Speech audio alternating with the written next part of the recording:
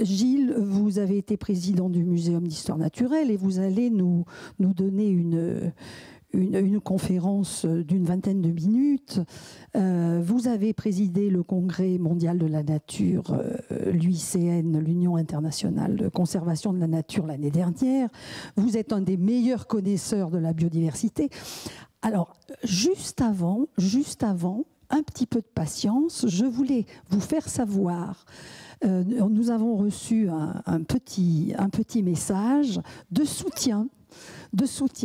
Elle était en déplacement à travers l'Afrique, de la ministre de l'Environnement d'Égypte, Madame Yasmine Fouad, qui sera la copilote de la COP27 à Sharm el-Sheikh en Égypte. Je pensais que ça pouvait te toucher parce que dans les COP, hein, vous savez, ces grandes réunions sur le climat, eh bien, l'océan n'est entré dans les COP qu'extrêmement récemment. Et je sais que c'est des choses qui te touchent. Donc, je te laisse la parole pour une conférence que tu as intitulée « L'océan, c'est la vie ». C'est à toi.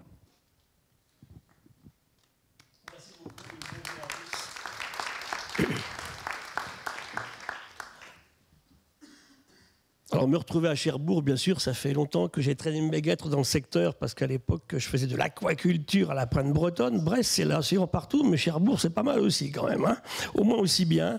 Et je venais ici, on partait à 5 h du matin de Brest, et je venais peser mes saumons dans les cages flottantes, ici, on crée dans la rade de Cherbourg.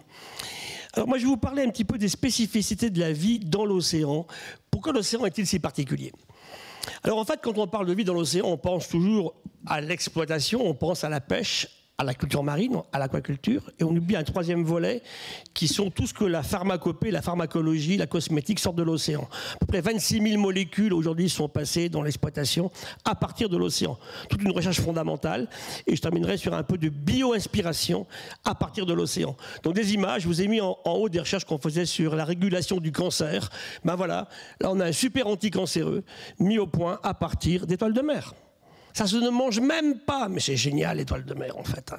Hein, l'intérêt des modèles fondamentaux qu'on va chercher dans l'océan. Tout à l'heure, on parlait de l'ancestralité de la vie. Elle est très ancienne, et il y a dans l'océan des trucs qu'on ne sait pas trop classer. En fait, nous, au muséum, on a eu du mal. Hein. La vie apparaît. Il y a beaucoup moins d'espèces dans l'océan que sur Terre, mais il y a des choses extrêmement intéressantes. Puis des images que vous connaissez, hein, des pêcheurs en mer du Nord, l'aquaculture ici au Japon, et puis d'images faites à la Pointe Bretonne dans l'océan Atlantique. Alors, l'histoire a démarré à 10-12 milliards d'années. L'univers se met en place. Les éléments du tableau de Mendeleïev, vous savez, donc se mettent en place. Et puis, alors, le premier élément, c'est 1. Vous avez tous souffert dans les classes de seconde sur le tableau de la chimie de Mendeleïev. Ce type est absolument génial. Il fait ça au milieu du 19e siècle avec une présence absolument incroyable. L'hydrogène, c'est les 3/4 de la constitution de l'univers. Puis après, ça s'est complexifié. Faire des éléments de plus en plus lourds, de plus en plus compliqués. C'est intéressant. Et je me suis intéressé beaucoup à l'histoire à travers ce caillou qui tombe du ciel. On est en mai 1864 à Toulouse. J'ai retrouvé des coupures de journaux. Toulouse est éclairée par une nuée d'étoiles cette nuit-là. Une météorite a explosé au-dessus de Toulouse. Et un brave paysan ramasse un morceau de la météorite. Et ça, aucun animal ne l'aurait fait. On me dit quelle différence entre l'humain et l'animal. Aucun animal n'aurait ramassé la météorite d'orgueil. C'est moche comme tout, mais c'est génial. On va regarder ce caillou, on va l'étudier, puisqu'en fait, il est oublié dans une caisse à oignons pendant 50 ans. Il arrive dans les collections du muséum à Paris. Et là, grâce aux isotopes du chrome, on le date. 4-6 milliards d'années, il a l'âge de la Terre et du Soleil. Quand vous le caressez, ça change un petit peu le système. Hein. C'est ça le rôle de la science. La science n'est pas une opinion. Vous avez écouté là le monde politique durant les élections là. Je crois que, je pense que, j'estime que. La science, c'est pas ça. Elle est validée par des travaux qui sont repris dans tous les sens et travaillés. Et là, la science nous dit ce caillou moche comme tout, il est absolument génial. On va y revenir. Et ces cailloux contiennent des fois des éléments de la vie. L'océan très stable, depuis 100 millions d'années, il n'a pratiquement pas changé. Et je vous ai mis ici un estuaire. J'aurais pu prendre ici pas très loin l'estuaire de la Seine ou ma Gironde. Là, maintenant, je me suis installé. Qu'est-ce que c'est que cette flotte qui est là? Là, vous avez de l'eau douce en amont, l'eau de mer en aval. Pourquoi un océan? Parce que où que vous alliez, à 400 mètres de fond, 11 millimoles de potassium, 560 millimoles de chlorure, 450 millimoles de sodium. C'est aussi stable que votre sang. S'il y avait des océans, ils seraient forcément différents. Quand l'humain a mis des pointillés sur une carte, hein, quand on fait le tour du monde à la voile ou à la rame, Anne, on ne rencontre pas de barrière, hein, on passe d'un océan à l'autre, effectivement. C'est comme mettre des cartes sur l'Afrique, par exemple, ça c'est l'humain qui a mis ça en place. Mais physiquement, biologiquement, chimiquement, c'est le même partout. Voilà pourquoi on parle d'un océan. Et bien là, c'est quoi ces valeurs que je vous ai mis ici? C'est les valeurs d'un estuaire. Et c'est quoi les chiffres qui sont là? C'est votre sang en ce moment. Il y a des médecins dans la salle, vous regardez votre prise de sang avec tendresse la prochaine fois, et vous allez dire, ah ouais, je suis un humain, 142 millimoles de sodium, tiens, 3 millimoles de potassium, 105 millimoles de chlorure, c'est la preuve que la vie et l'humain sortent de l'océan. On a un océan à peu près divisé par 3. Et ça, il faut le penser en permanence. On a dit tout à l'heure, Dominique l'a dit, eau liquide, cellules, membranes et sel. Et tout est comme ça. Tous les êtres vivants sont faits d'eau liquide avant l'ARN et l'ADN. Voici les plus anciens êtres vivants qu'on ait dans les collections à Paris, des cyanobactéries d'Australie ici, datées à 3,45 milliards d'années. Et là, tout à l'heure, en arrivant chez toi, là, il y a une flaque d'eau. Vous allez la regarder avec tendresse en sortant tout à l'heure. Il y a une flaque d'eau là devant les marches. Et dedans, il y a des cyanobactéries. 3,5 milliards d'années. Quelle entreprise! Quand les chefs d'entreprise me disent moi j'ai une entreprise qui est durable, attendez, qu'est-ce qui est plus durable que la vie sur cette planète, hein? Eh bien, elles sont les mêmes. Elles sont là depuis aussi longtemps. Alors, au lieu de faire un parking par-dessus la mare ou de mettre des pesticides dedans, alors regardez comment ils ont fait pour durer aussi longtemps. Alors voilà, ça c'est le travaux qu'on a fait à Monaco il y a quelques années pour la Blue Initiative. Alors là, c'était le plan bleu. Hein. On parle de zone bleue, mais en Méditerranée, on aime bien en parler aussi. Hein. J'étais en Corse il y a quelques temps. Donc l'océan, c'est les 71% en surface, mais n'oublions pas qu'en volume, l'océan, 3800 mètres de profondeur, c'est 99% du volume offert à la vie sur la Terre. Hein, cet océan, la vie est apparue. Et je dirais que si on prend les animaux, on les a classés en 31 phyla, des grands groupes, 12 n'ont jamais quitté l'océan. Il n'y a aucun phylum animal qui ne soit pas né dans l'océan. Tout est né dans l'océan. Certains ont pu sortir, d'autres pas. On pourra se poser la question pour savoir pourquoi tout à l'heure, si vous voulez. Et là, je vous ai mis le phytoplancton produit à lui seul la moitié des capacités de production en productivité.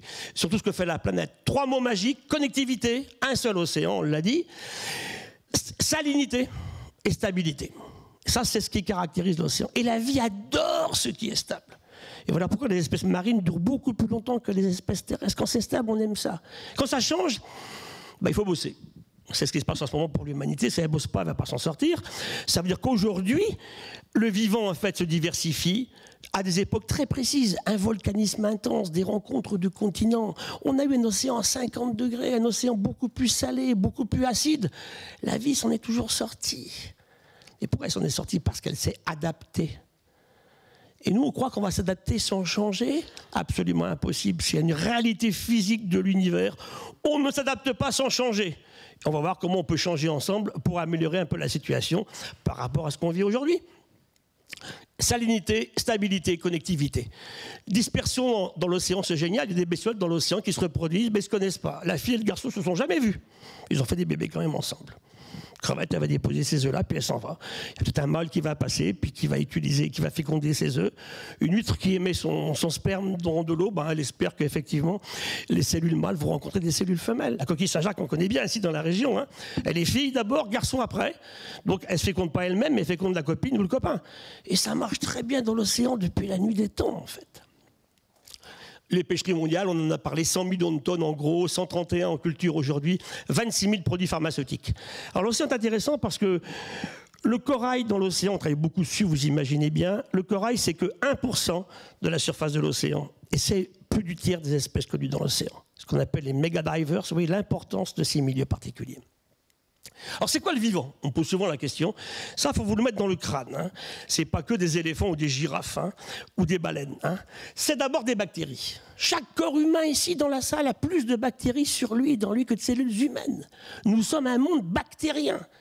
Et c'est intéressant dans deux sens. D'abord dans la diversité, les espèces qui apparaissent, mais aussi, surtout, ce qui est important, c'est de démontrer que la coopération, la symbiose entre ces bactéries et nos cellules humaines est essentielle. Et ce qu'a compris le petit Covid-19, qu'est-ce qu'il fait? Il utilise nos fragilités. 15 gènes, il n'a pas de tête, il n'a pas de pattes, il n'a pas de dessin intelligent. Hein. ben, il nous a quand même pas mal embêtés depuis quelque temps quand même. Hein. Nous, avec nos 29 000 gènes, on n'a pas l'air fin. Hein. Il fera à peu près 20 millions de morts. Et le problème actuel aujourd'hui, c'est pas de gérer le Covid-19, c'est d'empêcher le prochain d'apparaître en fait. La question, elle est vraiment là aujourd'hui. Donc c'est extrêmement intéressant de regarder ces symbioses. Quand on fait Tara Océan, on ramène 100 000 relations entre les virus, les protistes et les bactéries. Les protistes, des grosses cellules à noyaux, le phytoplancton, ici en face de Cherbourg, ça nous fait la moitié de l'oxygène de la planète. C'est pas un truc d'écolo farfelu. Si on remplace ça par du plastique, bah, il prendra la masse, il est transparent, mais il ne fera pas d'oxygène, le plastique. Hein. Effectivement, on sera quand même bien embêté. Après, vous avez les champignons, les plantes et les animaux. Alors, comme autres protistes, je n'ai pas mis là, mais c'est comme chez moi maintenant, en pays catalan, hein, les protistes, les levures. Sans levure, il n'y a pas de pain, il n'y a pas de vin, il n'y a pas de bière, il n'y a pas de fromage, il n'y a pas de français. Il n'y a pas de cherbourgeois.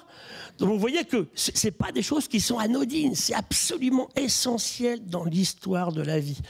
Et je vous dis, alors le blob, lui, c'est le chouchou actuellement, le blob, on me dit, il est tout nouveau. Non, l'humain s'y est intéressé récemment.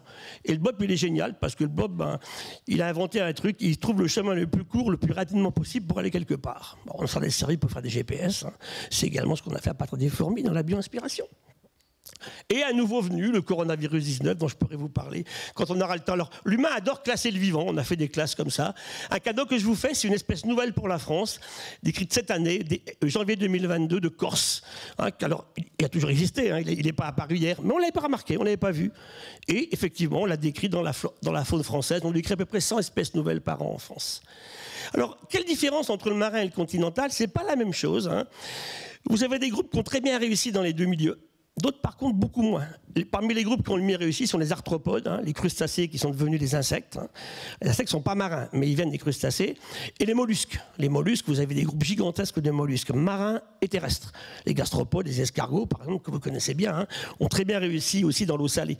Donc, les poissons, effectivement, aux douces eaux de mer, il y en a un petit peu partout. Donc, ce n'est pas les mêmes. Et ici, j'avais travaillé il y a quelques années sur les groupes bizarres qu'on trouve dans l'océan et pas ailleurs. Alors, vous avez des groupes qui, dans le passé géologique, existaient, puis des machins bizarres du style, par exemple, les Cycliophora, on les trouve sur des dents de homard en Nouvelle-Zélande, chez mon ami là.